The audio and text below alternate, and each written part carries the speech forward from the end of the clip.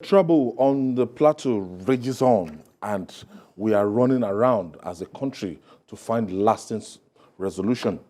Residents of some communities in Mangu local government area of Plateau State are the worst hit in fresh attacks by gunmen. According to reports, gunmen attacked 53 communities and killed 204 persons in Mangu local government area since April 2023. Following this latest attack, the state governor, Caleb Matwang, imposed a 24-hour curfew on Mangu to restore law and order. Let's share some updates on the security situation in the area with you.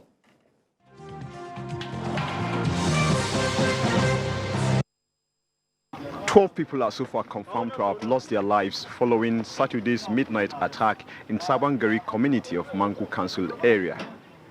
This attack is coming barely 48 hours after a similar attack was launched in Kogul community, where 5 people lost their lives. Locals in Mangu town are not happy with the killings and destruction of properties being perpetrated in the area. They have blocked the main road leading to the town in protest over the Saturday's invasion. Some eyewitnesses of the event who narrowly escaped the attackers narrated the situation to us. We have 12 people that were killed by the bandits. 6 houses were razed down, burned completely. 3 people were burnt in their house, on their bed. In Mangu around 11:30, thereabout, they killed one of us, our boy. They killed him. And then the one in Sabongari Yilpo, we buried 12 corpses, people that they killed. The commander of Operation Safe Haven, Major General Abdulsalam Abubakar, is faced with this situation barely 24 hours after taking the mantle of leadership of the Special Task Force. He has led the troops to the Mangu town in company of senior officers to see for himself the situation there. He announces the temporary relocation of the STF headquarters from Jos to Mangu, where he will be operating until normalcy returns.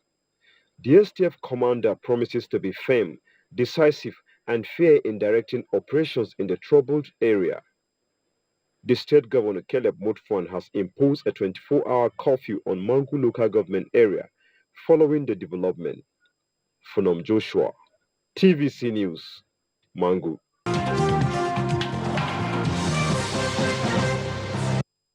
The commander should not promise us to be firm and do all this after 204 persons have been recorded, dead from April this year. And I'm sure we underestimated this thing. This will be way ahead of this number. This is not the time for soundbites and promises. There's no how people will come and operate for hours and you can't apprehend, and we've not seen at least... And in the same area, the same Mangu local government in Plateau State. No, something must give. They've been killing people for too long. And we just can't continue to watch our people being killed like animals. It's only in Nigeria that people get killed like this. I keep saying it. I've not seen anybody who will prove to me that there's any other country in the world where people get killed in the way they kill people. Not even Ukraine. Not even Syria. Ukraine is a conventional war that they're having in Ukraine. Syria, they don't kill people like this. Afghanistan, they don't kill people like this. Who is that person who will say I'm lying? Let them bring the facts. I've killed 204 persons in just a few months. Come on. If the president has he has given us new service chiefs, the service chiefs need to post the right generals to these killing fields. Yes. And if those generals cannot bring about change, can cause the people to feel safe, then they should be sent packing. We must have a situation in which where you are given a job to do, you are police commissioner, you can't deliver, you lose your job. Honestly. Where you are given a job to do as a general in control of an area where there is insecurity, where you can't deliver success, you have to go. Let them try someone else. This is what we don't do. We don't need sound bites. We don't need anything. Get the job done. Get the job done. We can't be killing our people like this. Every day we'll just hear report they kill people in Mangu promise again. to be firm. Are they not human beings? Don't be firm. Are they not human beings? No, it's not to stop. It has reached a point that people don't even want to trust the security agencies I'm anymore. telling you. Because what's the point of having them if they can't secure our people? The same place, they will go there, they will operate for hours. Not only the same place, also the same time. They go around midnight. All the stories we've heard in the last 4 months, they strike the same pattern, the same time. At midnight. At midnight. Night. Every day. People are on their beds. And I imagine that we have a new head of military intelligence. And whatever we need to do to a DSS. This cannot go on. Because it means that we have a whole department or whatever they call them. We just have to focus on the place, that's all. Yeah, All right. the thing done. On the So place. joining us for more discussion on the issue is the senator representing Plateau Central Senatorial District, Senator Dickett Plank. Thank you for joining us.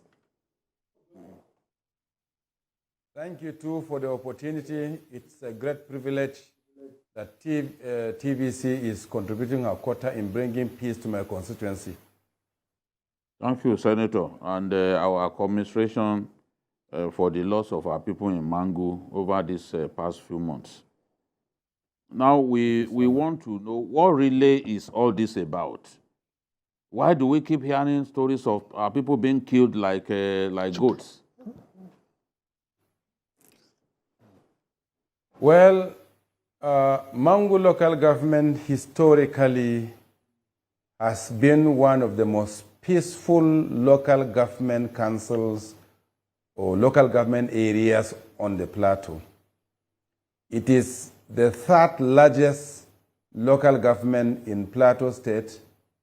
It is also one of the most commercially oriented local government councils on the plateau, and is one local government that has a lot of well-educated personalities in the state.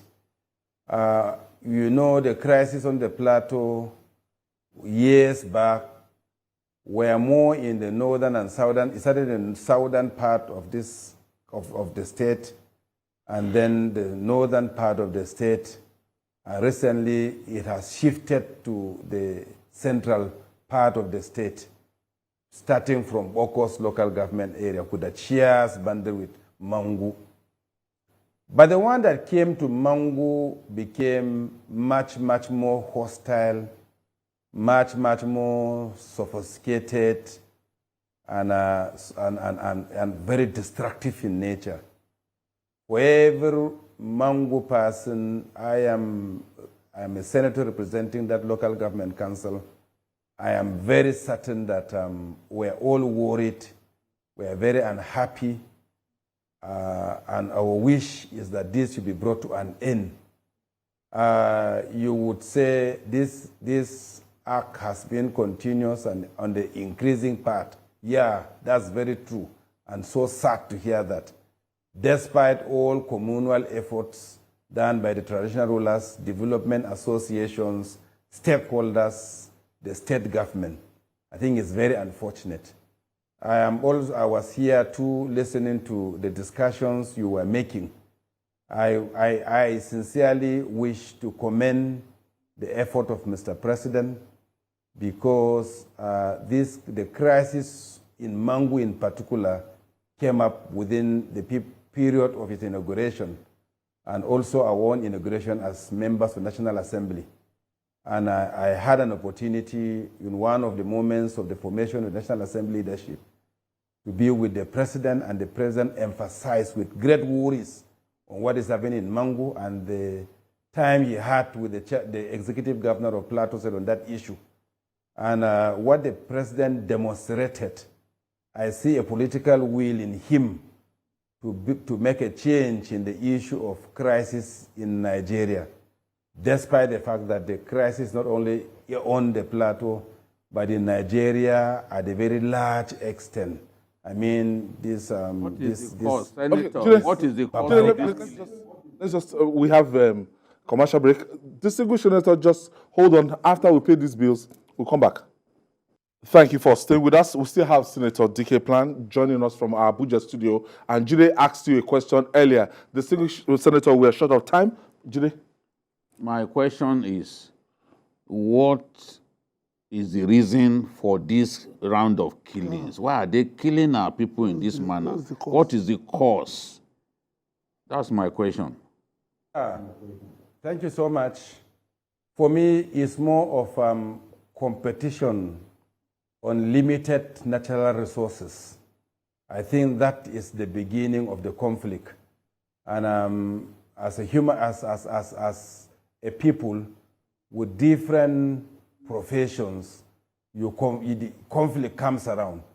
Our people are more agrarian farmers, agronomists, practicing practical farming. And then we also have those that are into animal farming. And there is a conflict on limited resources. But to some extent, these are conflicts that could have been resolved within ourselves. But when you have conflicts within, and probably we cannot resolve it and bring in external persons, sometimes it becomes more elongated than thought. Mm. So, what, as community leaders, what steps are you taking? Are you looking at resolving this through dialogue? What steps are you taking? Because these killings must stop. Definitely. Well, I feel that the step to be taken for us to get back to where we used to be, because we used to stay together, both indigenous and citizens, harmoniously. There used to be a very symbiotic relationship where everybody benefits. There used to be a lot of trust, but with the competing limited natural resources and probably external approaches, trust is almost gone. I must actually commend the fact that our traditional ruler, you know, the paramount traditional ruler of Mangu Local Government Council is a retired federal permanent secretary, someone who is civilized, well exposed. He did his best by bringing all the conflict factions together so that they will amicably settle. And so then I do also know that. You know them. Hello, are you asking? People coming to attack your community. Yeah, you know them. I am telling you. Yeah, I'm telling you. Initially, it's a conflict between a small community, people within a community. So all those that had a conflict were brought together, and I'm sure they had sufficient discussion. But you know, sometimes when something happens and the reprisal attacks begin to come in, it becomes very difficult for you to stop such. Because if I touch A and B are fighting, and the brother of A meets the brother of B and probably retaliate at different points, sometimes it becomes very difficult to nip it from the bud. But I know that there were sufficient efforts made by stakeholders, traditional rulers, community development associations, and government to see to it that it comes to an end. And you know, this thing came in just at the transitional period from Governor Lalong to Governor Mutfwang. And I'm sure Governor Mutfwang has not actually settled down. He has not, the formation of his government is still yet undone. And the capacity, he's not very stable to come in immediately, but there were sufficient efforts. So I'm sure that where the wish of the people is that that it should come to an end. And I know that's why those of us at the national level were leaving no stone unturned by way of trying to raise the issue up and inviting stakeholders, inviting government at the national level to come in, so that by the time you have different approaches and we're on the same page, on the same issue, I am very, very sure that there will be more possibility of a faster resolution. And I must also commend, because you are all aware that I had an opportunity, by the support of my colleagues at the National Assembly, the 10th Senate, I brought it as an urgent motion of public importance and was well attended to. We had a very great support from my brothers from both North and South, Senator Ndume from Borno, Senator Tambuwal from Sokoto, and several other senators within supported my motion. And if all of you were there, I know you knew, the Senate believed that if at all the 10th Senate can only achieve peace and security as an item, we will feel very fulfilled. And you have to leave it there. We brought. Can I continue? Our time is fast spent. I would like you, distinguished Senator DK Plank. Thank you, representing Plateau Central Senatorial District. Thank you for your intervention. Jide, you don't have time. Yeah, DKB. Run out of time. I'm sure we'll have it. We have more time to, maybe on Sundays, look for time to talk to him. We'll have a time to talk to him. He's a developing Because we want to get to the root of... Yes, yes. What We just want to see an end to this nonsense, frankly. It's so annoying now. All our current affairs programs today dedicated to the Plateau. Yeah. And It's not looking good. 200 April to this time, 200 people? just under 3 months. No. I would like you, Osiare. It could be more than that. Definitely. We don't know how to keep such records. Osiare, Ganika, Balogun, GKB. Always Thank a you. pleasure. Yeah. Thank you. And BKO, I thank you. Prince, Babajide. Aremo. Just simply Mr. Okay. Mr. Aremo. I'll get used to that. Mr. Aremo. Yeah.